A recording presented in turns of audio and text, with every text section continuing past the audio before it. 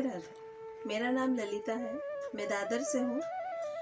We are part of the Sony empire. मैं आपको माँ के दूसरे रूप के बारे में बताऊंगी। माँ का दूसरा रूप है ब्रह्मचारिणी। माँ ब्रह्मचारिणी की पूजा नवरात्रि के दूसरे दिन से होती है। यह माँ पार्वती का दूसरा स्वरूप माना जाता है। माँ के इस रूप में पूजा करने से तप, त्याग, वैराग्य, सदाचार, संयम की वृद्धि होती है। ब्रह्मचारिणी की माँ पूजा उनके भक्तों को सर्वत्र सिद्धि और विजय की प्राप्ति होती है। माँ का रूप अत्यंत तेजस्वी और भव्य है। नवरात्रि में माँ के इस स्वरूप की पूजा करने से जीवन में सभी कष्टों का छुटकारा प्राप्त होता है। इसलिए इनकी पूजा दूसरे नवरात्रि में अवश्य करनी चाहिए।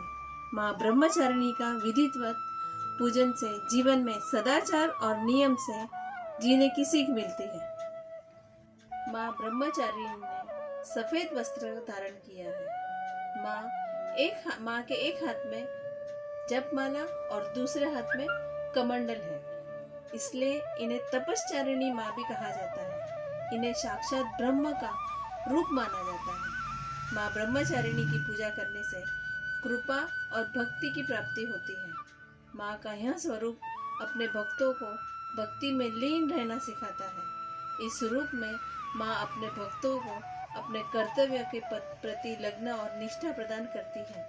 जिस तरह माँ ने जब तक भगवान शिव को पा नहीं लिया, तब तक माँ ने तपस्या की, तब तक उसी प्रकार से मनुष्य को जब तक लक्ष्य की प्राप्ति कर ले, उसी प्रकार से मनुष्य भी जब तक अपने लक्ष्य को प्राप्त न कर ले, उसी से अपनी कोशिश नहीं छोड़नी चाहिए।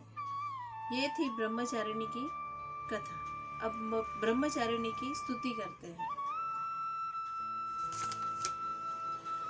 दधान्कर पद्मायां अक्षमाला कमंडलो देवी प्रसीदतु मयि तपश्चारिणी उत्तमा। राधे राधे।